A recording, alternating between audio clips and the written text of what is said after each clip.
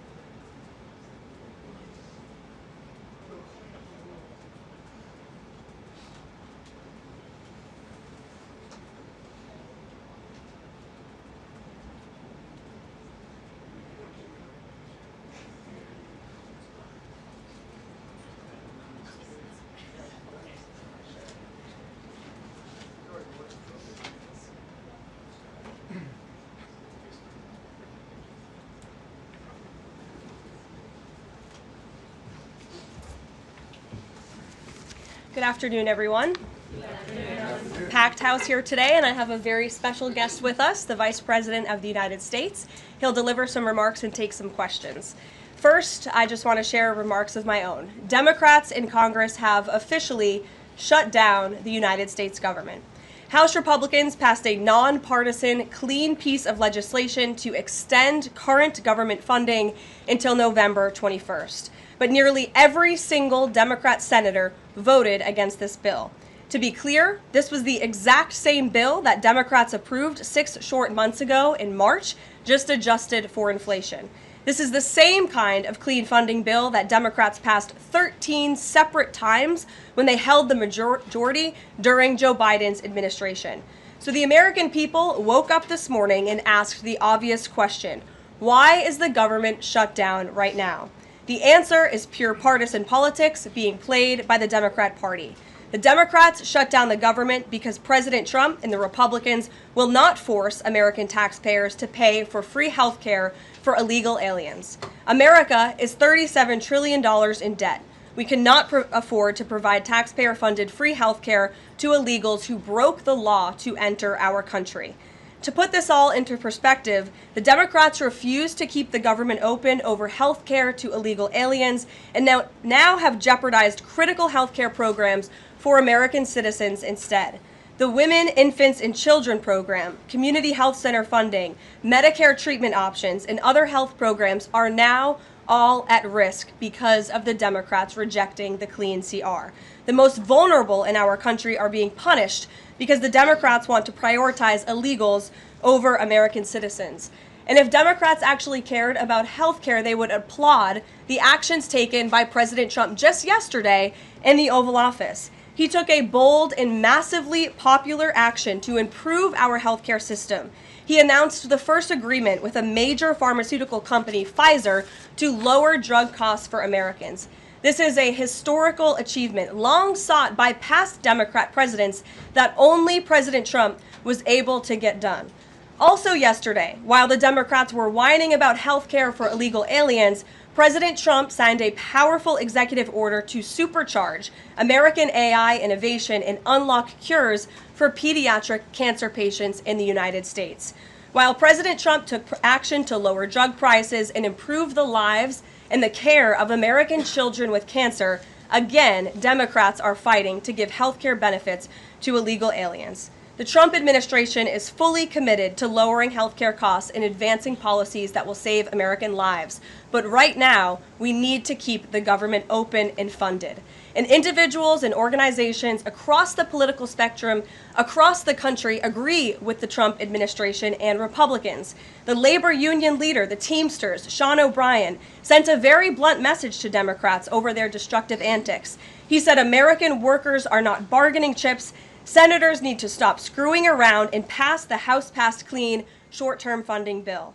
The U.S. Chamber of Commerce, the world's largest business organization, called to immediately pass the Republican clean CR, saying, quote, shutdowns are harmful to the economy, the American people, and our national security. And even Democrat Senators Cortez Masto and Fetterman acknowledged that their party is betraying the American people with this costly and chaotic Democrat shutdown. Enough is enough. Democrats need to stop sabotaging our country and holding the American people hostage in the country. Democrats need to do their jobs. The American people want the government reopened, and this is proven in a New York Times poll showing that 2 in 3 Americans say the government should not be shut down by the Democrats, even if their absurd demands are not met. The president and Republicans are working very hard to reopen the federal government. The vice president here has been crucial in this effort. We encourage all Americans across the country, call your Democrat senators and encourage them to reopen the government. That's what President Trump and the vice president want to do. And with that, I will turn it over to our great vice president, J.D. Vance. Great. Well, thank you, Carolina, and good afternoon to everybody, and good afternoon to everybody who's watching at home. It's a tough act to follow, but let me just say a few things, and then I'll take a few questions. Number one, Democrats say that they care a lot about lowering health care costs, and yet, when the president took historic action to work with the drug companies to lower prescription drug prices, the Democrats did nothing to help us. In fact, we would have loved to have the Democrats helping us, but they didn't. They talk about doing something. They don't actually do the hard work of making it happen. What they have done instead is to shut down the government because we won't give billions of dollars to health care funding for illegal aliens. That is what has actually happened. To the American people who are watching, the reason your government is shut down at this very minute is because, despite the fact that the overwhelming majority of congressional Republicans and even a few moderate Democrats supported opening the government, the Chuck Schumer AOC wing of the Democratic Party shut down the government because they said to us, we will open the government, but only if you give billions of dollars of funding for health care for illegal aliens. That's a ridiculous proposition. Let me say two other quick things, and then again, I'll take some questions. Number one, we all understand that Democrats and Republicans have policy disagreements. The Democrats want to do things. Look, when Chuck Schumer and Hakeem Jeffries were in here a couple of days ago, they made some suggestions that the president was more than happy to say, yes, let's sit down and talk about how we can solve the health care crisis that we inherited from the Biden administration. But it's one thing to say that we should solve the health care crisis for Americans. It's another thing to say that we're going to shut down the government unless we give the Democrats every single thing that they want, which, as Caroline says, includes giving billions of dollars of taxpayer funding for health care for illegal migrants. That's ridiculous. You don't have policy disagreements that serve as the basis for a government shutdown. Let's have the conversation about how to fix American health care, about how to make health care more accessible. As the president showed, he's more than willing to act on behalf of the American people for this very reason. What you don't do is say, unless you do exactly what we want to do as congressional Democrats, we're taking a hostage. And the hostage, it turns out, is critical, essential services that the American people need. Caroline talked about some of it. Let me talk about some more. Our troops are not getting paid starting today because of the Chuck Schumer wing of the Democratic Party. We have people who require food assistance, low-income Americans who require food assistance, who will not get it unless we reopen the government, thanks to Chuck Schumer and his wing of the Democratic Party. We have flood insurance as we start hurricane season in the southeastern part of our country. That flood insurance is going to disappear because of Chuck Schumer and the far left of the Democratic Party. We need to reopen the government. Let's fix America's problems. Let's work together to solve them. But let's reopen the government before we have our negotiation about health care policy. That's what the American people demand, and that's certainly what the President of the United States wants. Let me make one final point. I think a lot of Americans are asking themselves, why did this happen? Why did the Democrats shut down the government despite, as Caroline said, voting on the exact same piece of legislation 6 months ago? And there are a lot of different spins that we can put on it, a lot of different answers that we could give, all of them true. One answer I already gave is that they want to give health care benefits to illegal aliens. That is true.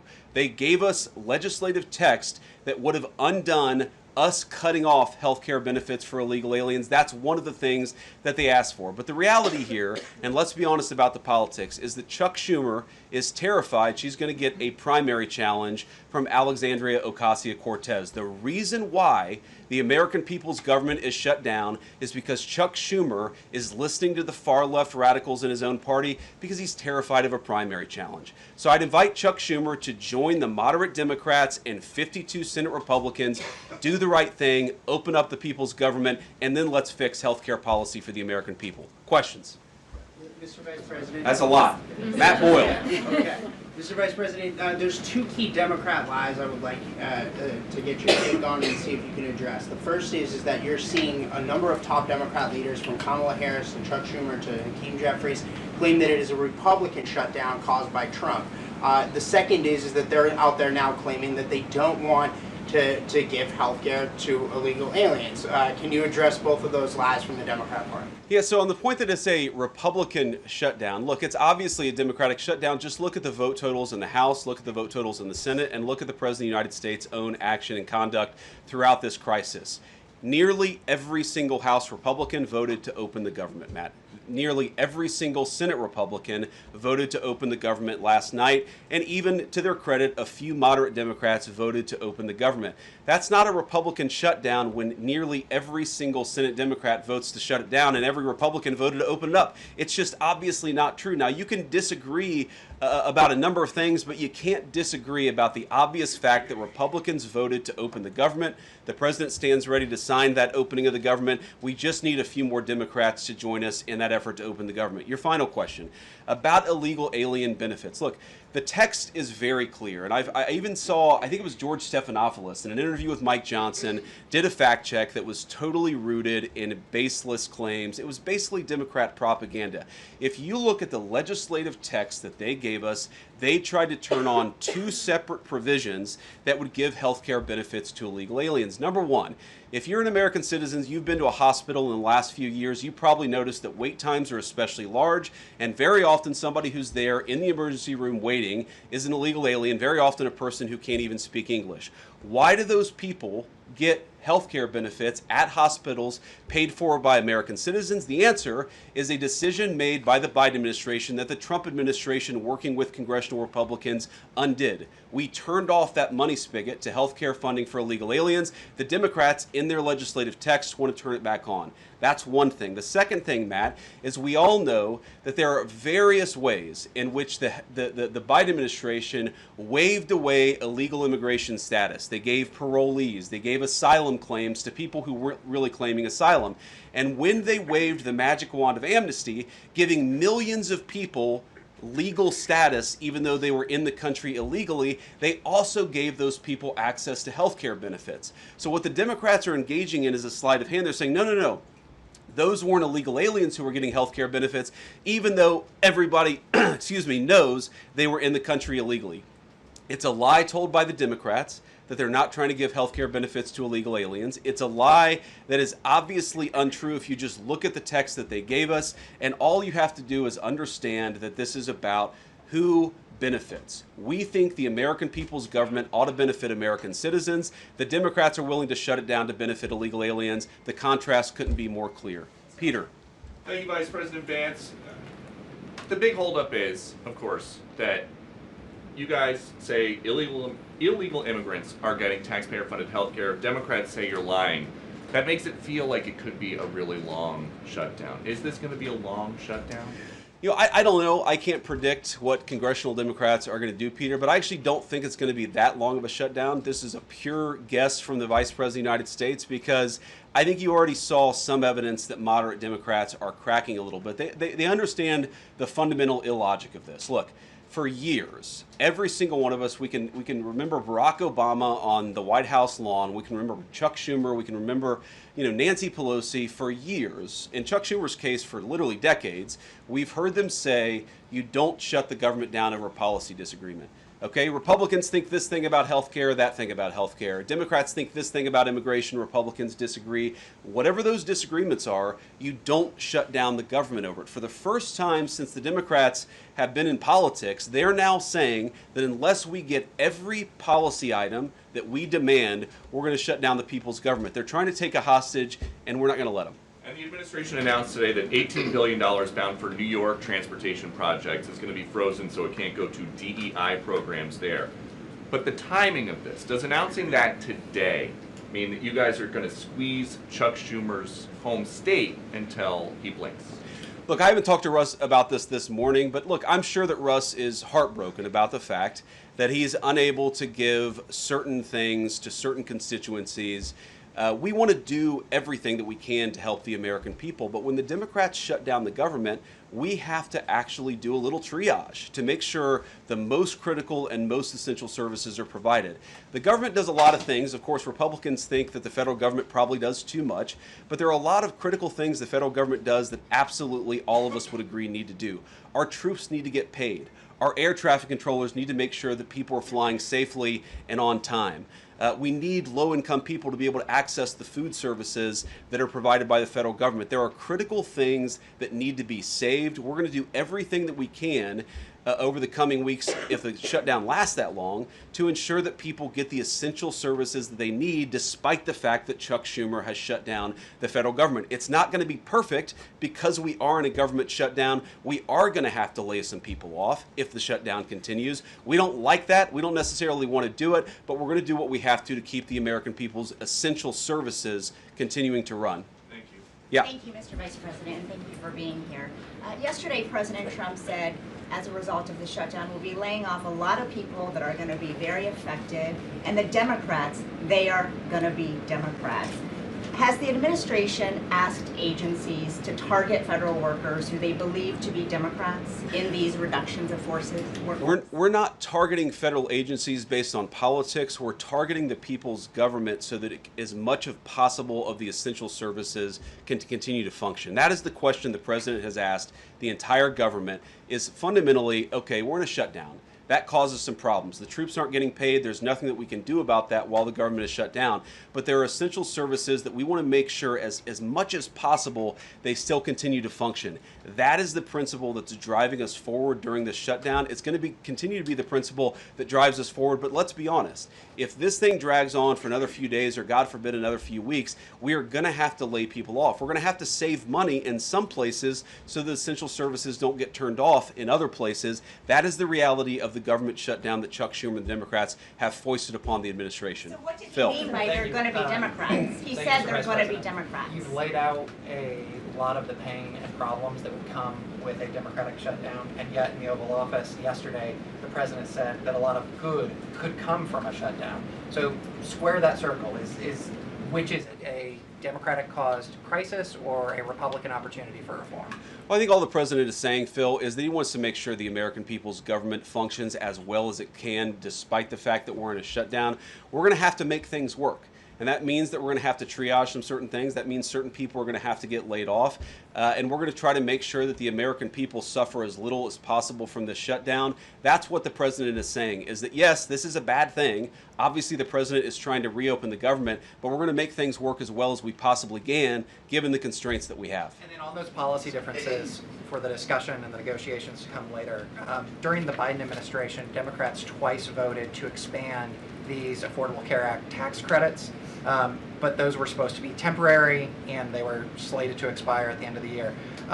As you sort of crack the door open to negotiation at a later date, would the party that ran on defunding Obamacare really negotiate about potentially expanding Obamacare?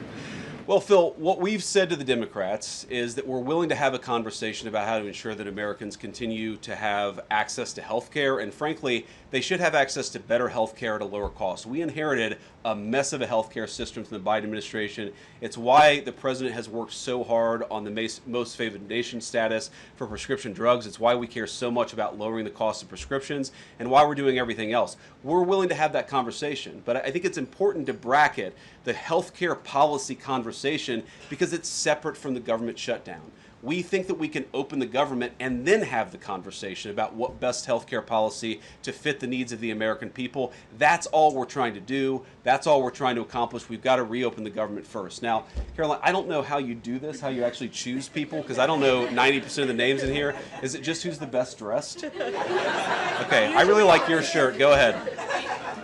Thank you, Mr. Vice President. You are President of the Senate. Can you talk about what you're doing, what the administration is doing to try to get other Senate Democrats to vote to open the government? Yeah, we're talking to a number of our colleagues, Democratic and Republican in the Senate. I talked to a number of them last night. The president, of course, is talking to them as well. I think there really are two categories of demands that I've seen privately from congressional Democrats. I think on the one hand, those who are negotiating in good faith are saying, look, we just want to make sure that we're able to have a conversation with the administration about some of the critical needs that we see that need to get fixed over the next few months. We recognize it's kind of absurd, and a lot of them will admit in private that it's kind of absurd to shut down the people's government over these disagreements, but just agree to negotiate with us in good faith on these issues, and of course we're having that conversation with them.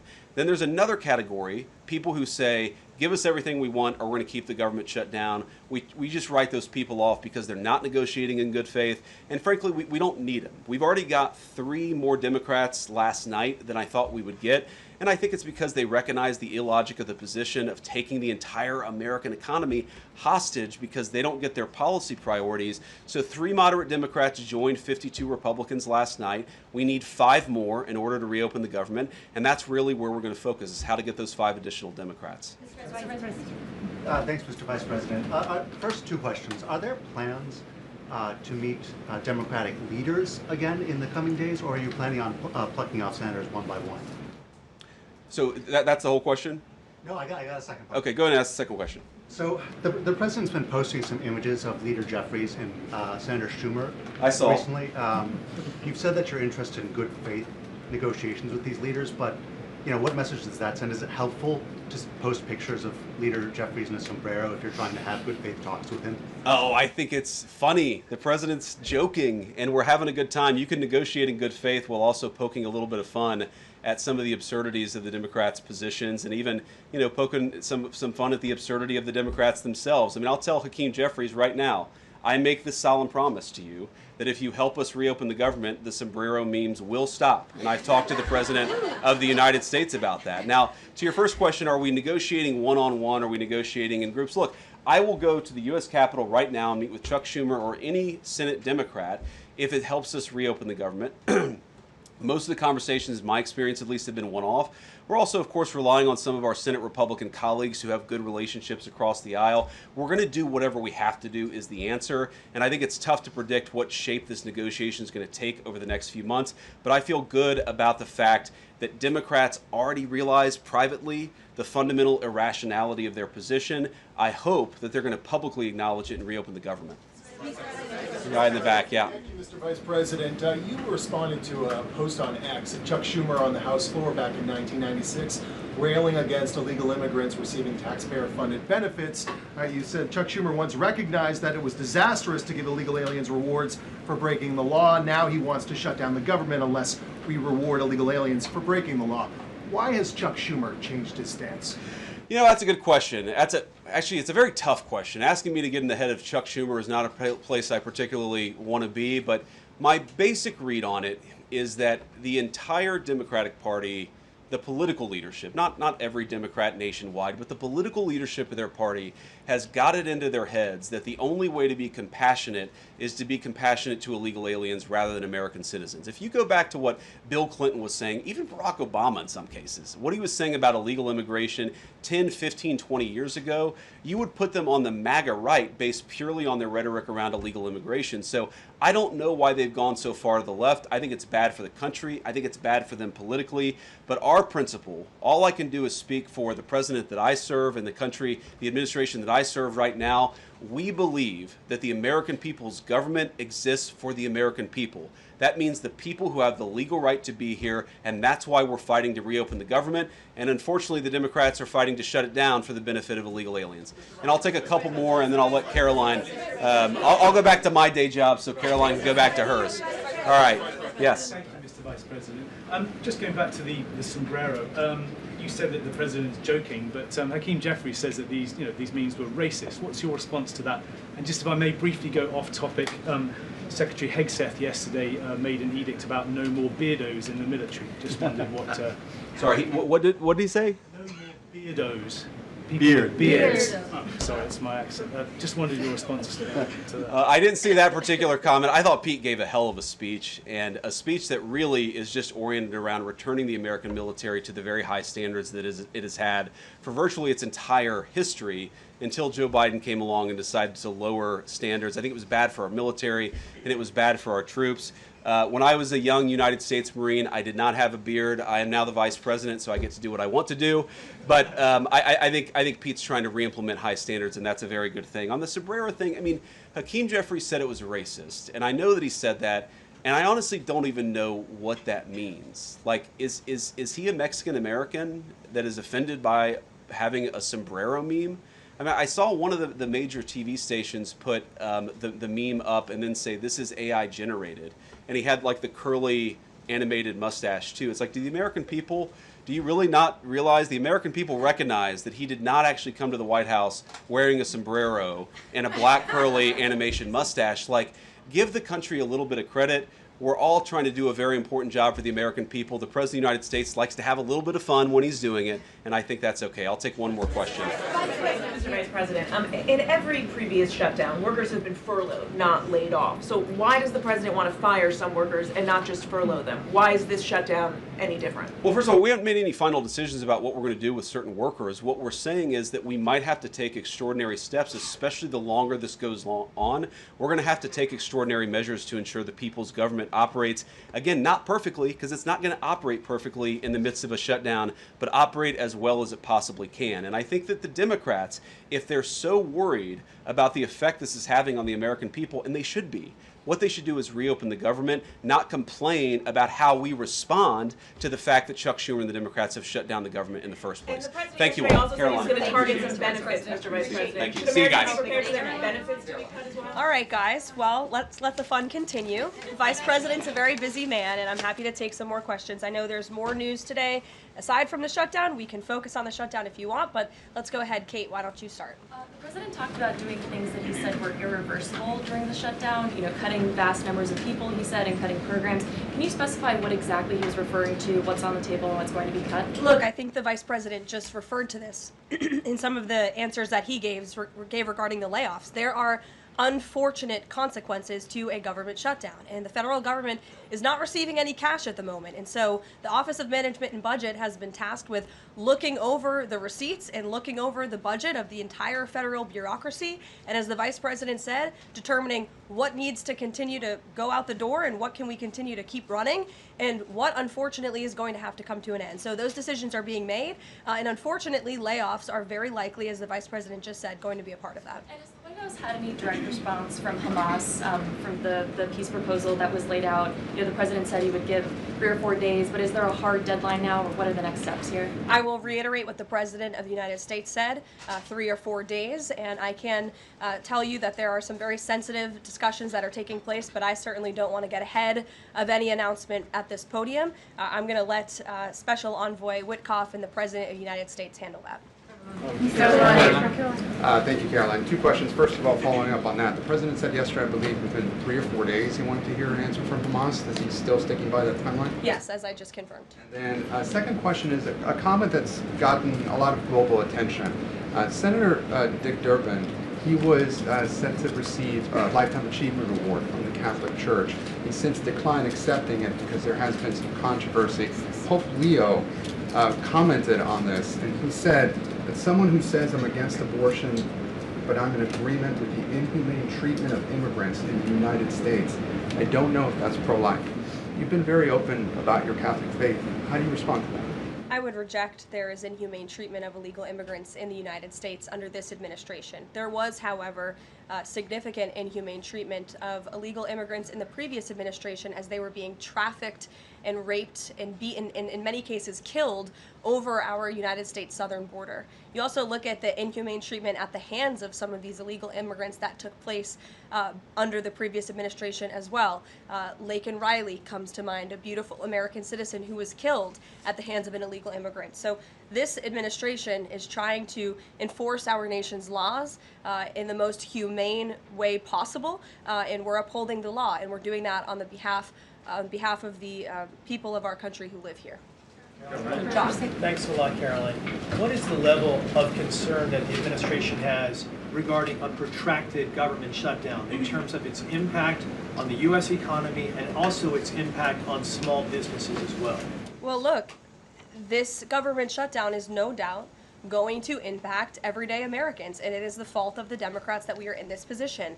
And I know I relayed some programs that will be impacted, the Vice President did as well, but I just want to make sure the American public understand what the Democrats have done to our government and our country. 1.3 million active duty troops will work now without pay. Critical food assistance for low-income women, infants, and children will now lapse. No new mothers or children are allowed to join this critical program because of the Democrats' decision to shut down the government. Telehealth services for seniors and in-home treatment options for Medicare patients will now come to an end. Nearly 50,000 members of the United States Coast Guard are going to have to work unpaid. Over 13,000 air traffic controllers will work without pay, as well as TSA agents, which will very likely create flight disruptions. And pay will now stop for over 150,000 federal law enforcement officers. These are not just numbers and statistics. These are real Americans who have families at home. And I saw some Democrat members today saying they're still going to accept their paychecks because they have 3 kids at home and they have mouths to feed. Well, so do these federal workers who those same Democrats just voted to shut down the government and turn off their pay. And we believe that's very unfair, and it's why the administration wants to see the government reopened. GDP growth fell by about 0.5 percentage point during the last government shutdown during the president's first term. Are you expecting a similar type of impact on GDP growth related to this potential protracted government shutdown? Well, look, I think it's dependent upon how long this shutdown continues. So it's dependent on how long it takes Democrats to muster up the coverage, 5 of them, to vote in the best interest of our country, our citizens, and our economy. Eamon. Thank you, Caroline. Yesterday, your administration took a 5% stake in Lithium Americas and a stake in the mine that they're working on, and you've taken stakes in other companies and revenue streams from other companies. Can you articulate the broader principle here? When does the administration see it as appropriate to demand equity stakes or revenue streams from American companies? And what other companies are you going to be demanding those from? Well, look, this is a creative solution by the President of the United States to tackle our nation's crippling debt crisis. As I said earlier, we are $37 trillion, trillion with a T, in debt. And not only is the President effectively utilizing tariffs to bring in massive amounts of revenue, and there's billions of dollars coming in every month. I know you know that even because you cover it on CNBC quite well. So the President is focused on how can the United States government make more money? How can we make our country wealthy and rich again? And cutting some of these unique creative deals with companies around the world and here at home is just one way the President is seeking to do that. And I know the Department of Energy just announced this new deal. It's another great deal for the American people and our government. Reagan. And on Lisa Cook, Sure, go ahead. Lisa Cook, Yeah. the Supreme Court said today that she's going to be allowed to stay at the Federal Reserve Board until oral arguments in January. Does the President have any personal reaction to that? This has been something he's been very intent on. Look, we have respect for the Supreme Court, but they're going to hear the actual case and make a determination on the legal argument in January. And we look forward to that because we maintain that she was fired well within the President's legal authority to do so. She was removed from the board, and we look forward to that case being fully played out at the Supreme Court. Reagan. Caroline, I have one for you on E.J. Antoni and one on the shutdown. Sure. CNN reported that Collins and Murkowski declined to meet with E.J. Antoni, raising concerns that his nomination was in trouble. I'm wondering what message Collins and Murkowski are sending to the White House by not meeting with one of the president's nominees. Well, look, E.J. Antoni remains a great ally of the President and our team. It became clear, unfortunately, that he was not going to have the votes, and so we will be announcing a replacement nominee very soon.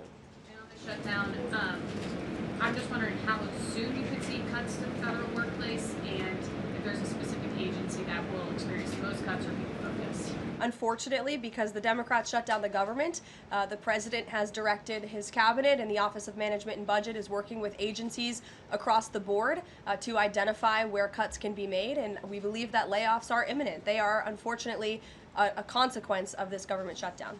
Ed. So you talk about the layoffs being imminent. Is there a percentage then of reduction that the White House is looking for of workforce? I don't have a specific percentage for you. What about China, if I could? So China has not made one soybean purchase this year in the United States. I talked to a farmer yesterday who has about 1,000 acres in Iowa and says this is just killing her. Now, the president has been talking to President Xi. Could China not buying agriculture affect a possible meeting with the president? Would he not meet with Xi because China has refused to buy soybeans from the U.S.? Look, I don't want to speak for the president and make a determination on that from this podium, but what I can tell you is that supporting America's farmers and doing what's best for them is at the top of the president's priority list, and it's at the top of the list for this administration right now. There have been several very high-level meetings on this very topic.